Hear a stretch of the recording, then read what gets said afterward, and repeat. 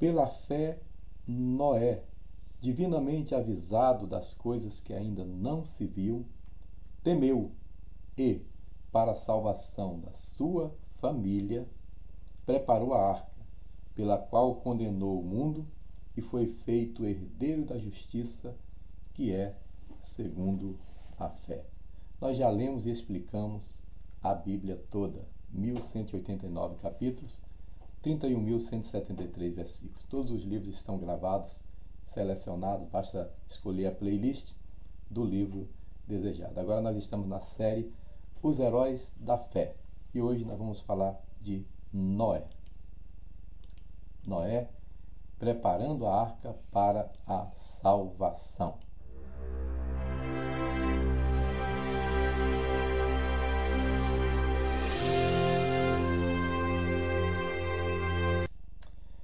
Boa tarde, meus amados, sejam bem-vindos. Deixa aí os seus comentários, o que você está achando dessa nova série. Falamos de Abel, de Enoque, hoje de Noé. Estamos em Hebreus 11, a galeria dos heróis da fé. Deixa eu botar aqui o slide, aqui. Noé preparando a arca da salvação. Esse é o tema de hoje. Os dois textos é o texto de Hebreus 11:7, eu acabei de ler, e o texto de Gênesis 6, do 5 a 22, é um texto longo, não vou ler, é o texto que conta toda a história de Noé. E eu vou passar por alguns versículos aqui para nós meditarmos. Vamos lá. Noé significa repouso, alívio, descanso ou consolo, né? Ele foi o homem escolhido por Deus naquela geração corrupta para salvar a sua família, primeiramente. Os demais não quiseram. Tem um versículo em 1 Timóteo 5:24 que diz assim: os pecados de alguns homens são manifestos precedendo o juízo, e em alguns manifestam-se depois. O que quer dizer esse versículo? Quer dizer que tem situações na história da humanidade que Deus resolve interferir, resolve agir e julgar imediatamente. Nós temos o episódio do dilúvio e temos o episódio de Sodoma e Gomorra. Deus decidiu interferir.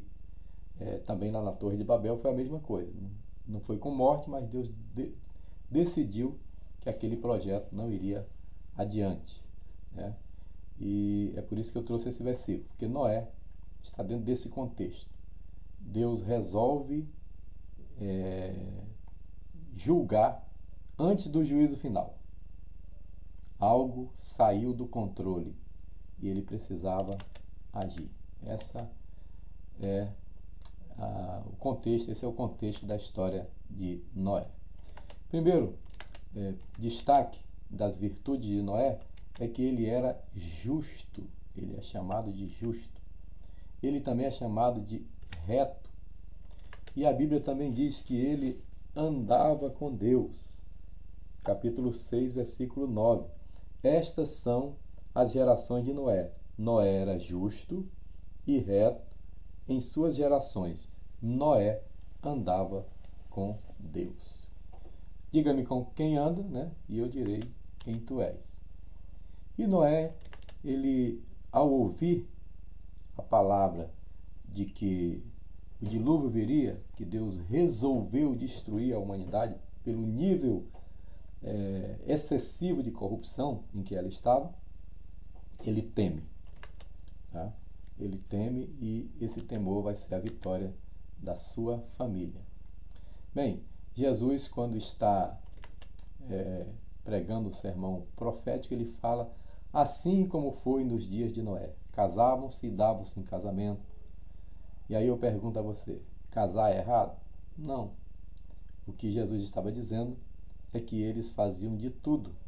Eles queriam só festejar, comer e beber, mas não queriam dar importância a Deus e a sua palavra. Por isso, Jesus fala dos dias de Noé. Foram dias difíceis, dias conturbados, né? Eram dias de indiferença. Eles não estavam nem aí para a pregação de Noé. Ressaltando que até aquele momento, a Bíblia diz que não havia chovido sobre a terra. Apenas um orvalho regava a terra. E não tinha a chuva que nós conhecemos hoje. Então o povo aí que não ia acreditar mesmo, né? Era um tempo de rebeldia. Em 1 Pedro 3,20 fala que espíritos que se rebelaram, espíritos rebeldes. Aí nós temos aquele contexto de ser os anjos com as filhas dos homens ou não, mas não convém tocar nesse assunto hoje. 6,5 fala da maldade. Deus resolveu destruir por isso.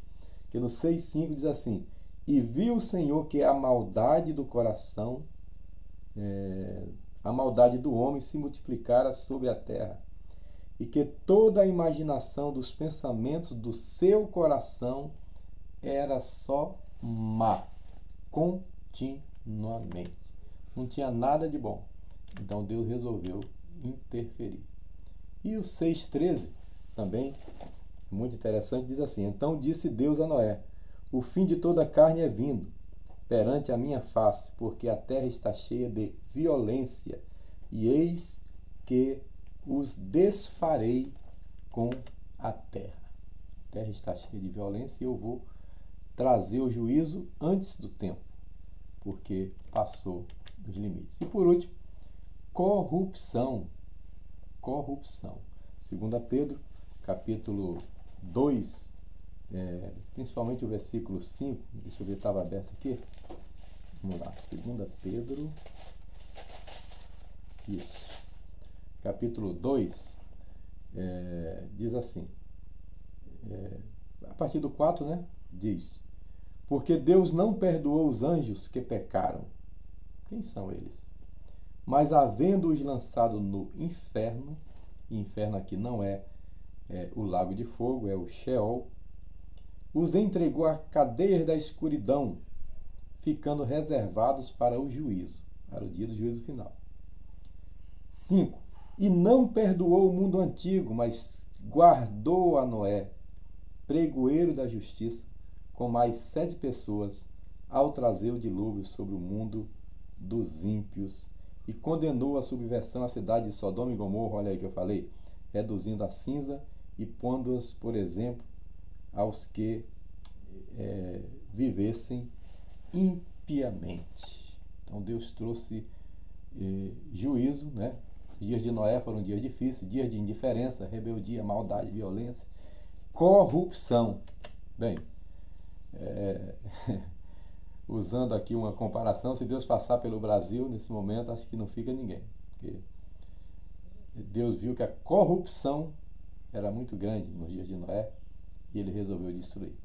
Não se assuste, porque é a mesma coisa que Deus vai fazer, mas antes disso, nós entraremos na arca, e a arca é Cristo, e nós seremos retirados da terra antes, só que não mais com água, porque Deus prometeu a Noé que não destruiria mais o mundo com água, mas com fogo de espedo que será destruído. A arca de Noé media 137 metros por 23 de largura e 14 de altura. Para a época era um transatlântico, uma engenharia tremenda, e a sabedoria que Deus deu a Noé para construir. Imagine que ele não tinha os recursos que nós temos, ele não tinha um engenheiro, ele não tinha um marceneiro, e ele foi fazendo aquilo tudo com a sabedoria que Deus lhe deu e construindo. Isso demorou 120 anos. É um versículo que tem um duplo sentido, quando Deus diz que a vida do homem será 120 anos. Primeiro que eles viviam muito e passou realmente, reduziu a longevidade para, em média, 20 anos, 120 anos. Porém, o tempo que Noé levou pregando foi esse aí. Inclusive, eu disse numa turma de seminário para uma aluna, porque a aluna, eu estava dando aula de homilética, a arte de pregar, e a aluna disse: pastor, Noé foi um péssimo pregador, porque ele pregou 120 anos e só ganhou 8 almas. eu falei, pelo menos ele ganhou a sua família. Tem gente pregando, ganhando o mundo todo e perdendo a sua casa. Noé fez o certo. E o texto que eu li, no capítulo 6, diz que Deus mandou ele preparar para a salvação da sua família. O texto de Hebreus também diz isso, né? Hebreus 11, 7, que foi para a salvação da sua família. Quem viesse entraria de graça, de carona, né? Como foi o caso de Raabe. Raabe, os homens disseram, olha, ela disse, se eu esconder vocês me salvam, porque eu sei que isso aqui vai ser destruído. Os homens disseram, salvamos você e sua família. Quem você colocar aí dentro da casa, na hora vai ser salvo. Quem estiver dentro da arca, que é Cristo, será salvo da grande tribulação. A arca de Noé tem um simbolismo, então, de Cristo, de predestinação. As pessoas têm dificuldade de entender essa palavra, porque Paulo disse que nós somos predestinados, mas nós não somos calvinistas. Nós somos predestinados em Cristo, né? Predestinados nele. Efésios 1:3 fala isso. Tá? Então, todos que estão na arca, que é Cristo, são a igreja invisível. Então, a igreja está predestinada a chegar na terra prometida. Mas tem muitas pessoas que saíram de Israel, mas não entraram na terra prometida, morreram no deserto. E Paulo explica isso muito bem em 1 Coríntios capítulo 10. Por que eles morreram no deserto? Porque foram rebeldes, porque murmuraram, porque transgrediram. Então, assim, também muitas pessoas não vão entrar na terra prometida porque cometem os mesmos pecados. Agora, a igreja vai entrar. A arca e quem estava nela sobreviveu. Israel entrou na terra prometida. Quem não entrou foi um povo rebelde. Não entraram aqueles que murmuraram no deserto. Só entrou a família de Josué, filho de Nun, e Caleb, filho de Jefoné, porque eles não murmuraram. Tá? Deixa eu ver se eu falei aqui, certo? Sim, o simbolismo então é que a arca é Cristo, né? É o Evangelho. Os títulos de Noé. Noé foi bem-aventurado, foi chamado de pregador da justiça. Que privilégio. Por que pregador da justiça? É o que está faltando hoje. Porque tem tanta injustiça, né? No mundo, em geral, nós vemos que o anticristo está trabalhando. Porque a marca do anticristo é iniquidade e injustiça. E o governo de Cristo é equidade e justiça. Justiça e equidade são a base do trono do Messias. Mas enquanto ele não governa, o anticristo está se preparando para governar com injustiça. Então, nesse momento, Noé é rejeitado porque ele está, como João Batista no deserto, pregando uma mensagem no meio de quem não quer justiça. O povo não está nem aí para a pregação de Noé. Mas ele é chamado em Hebreus 11:7 de herdeiro da justiça. Aquele que prega a justiça se torna herdeiro da justiça. Então nós devemos pregar, independente de sermos aceitos ou não, vamos continuar pregando, porque essa é a nossa missão. Os privilégios de Noé e da igreja. O texto de Hebreus 11:7, que é o versículo que eu li como abertura, diz que ele foi avisado. Aleluia, que privilégio. Ele foi avisado de algo que ia acontecer no mundo. A Bíblia diz que Deus não faz nada sem antes revelar a seus servos, os profetas. Quando ele estava com Abraão, depois de Abraão ter apresentado a ele aquela vitela tenra e boa, depois de ter oferecido um almoço, Abraão estava em pé de manhã até de tarde. E 2 anjos foram a Sodoma e Gomorra para destruir, e o Senhor, eram 3 varões, né? Alguns entendem 3 anjos, mas eram 3 varões, porque um era o anjo do Senhor. E quando Abraão já é tarde, está perante o Senhor ainda de pé, o Senhor diz: ocultarei a Abraão o que faço? Ou seja, eu tenho algo a fazer, não vou ocultar, vou dizer logo a você, porque você é justo. Vou destruir Sodoma e Gomorra.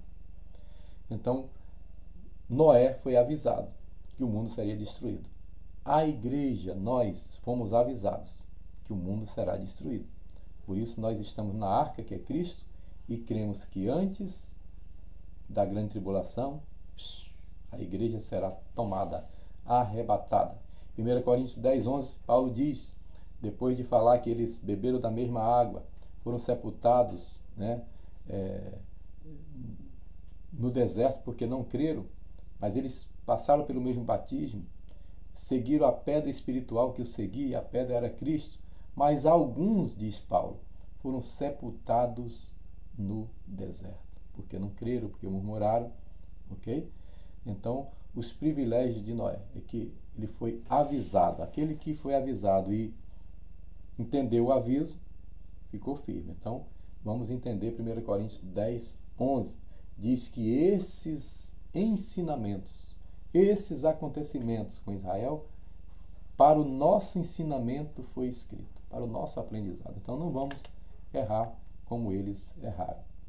Aliança com Deus, que privilégio. Deus disse, contigo e com a tua família eu farei uma aliança. E no 9:9 Deus confirmou a aliança através do arco celeste, a aliança de Deus com o homem. E ele foi finalmente preservado por Deus. Gênesis 7, 23. É importante ler esse versículo, porque diz assim, 7, 23. Olha que interessante. Assim foi desfeita toda a substância que havia sobre a face da terra, desde o homem até o animal, até o réptil, e até a ave do céu, e foram extintos da terra, e ficou somente Noé e os que com ele estavam na arca. Aleluia. Somente Noé e os que estavam com ele na arca. A família e alguns animais. Isaías 26, 20 diz, vai, povo meu, fecha a porta dos teus quartos e se esconde até que passe a ira. Em breve virão trevas sobre a terra, mas o povo de Deus será escondido nas bodas do Cordeiro. Aleluia.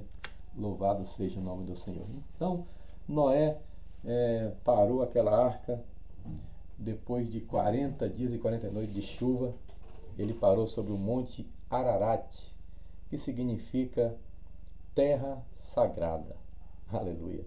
Então, em breve, muito em breve, nós vamos também chegar à terra sagrada. Louvado seja o nome do Senhor. Bem, eu não ensaiei aqui o hino, mas o número 2, deixa eu ver se sai aqui.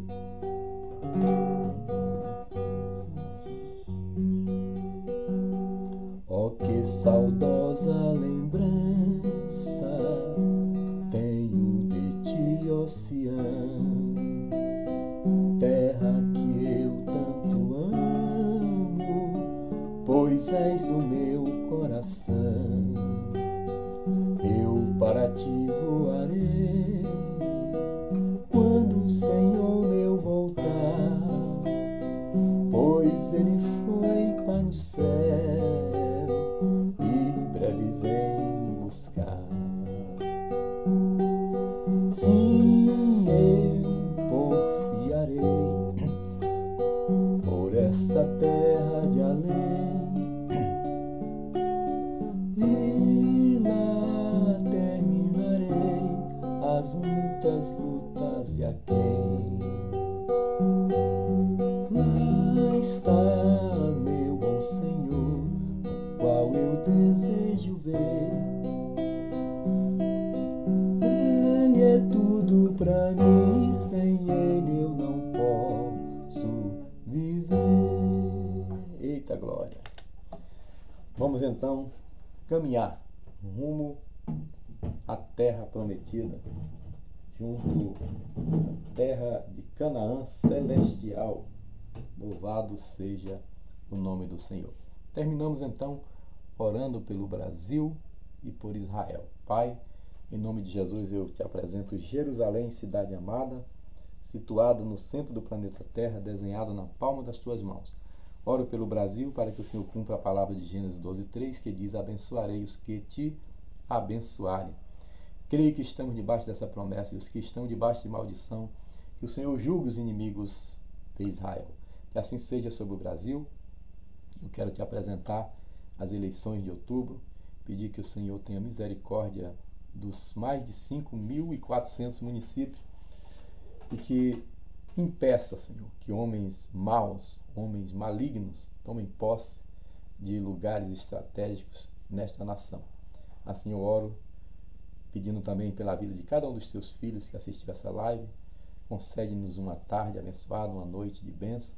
É o que eu te peço em nome de Jesus. Amém. Glória a Deus. Deus abençoe, meus amados. Até amanhã, se Deus quiser. Aproveita e compartilha para alguém da família, para o grupo de família, para que mais pessoas acessem esse conteúdo bíblico. Lendo e explicando a Bíblia Sagrada, e agora a galeria dos heróis da fé. Até amanhã, se Deus quiser, com mais um herói da fé. Um abraço e a paz do Senhor.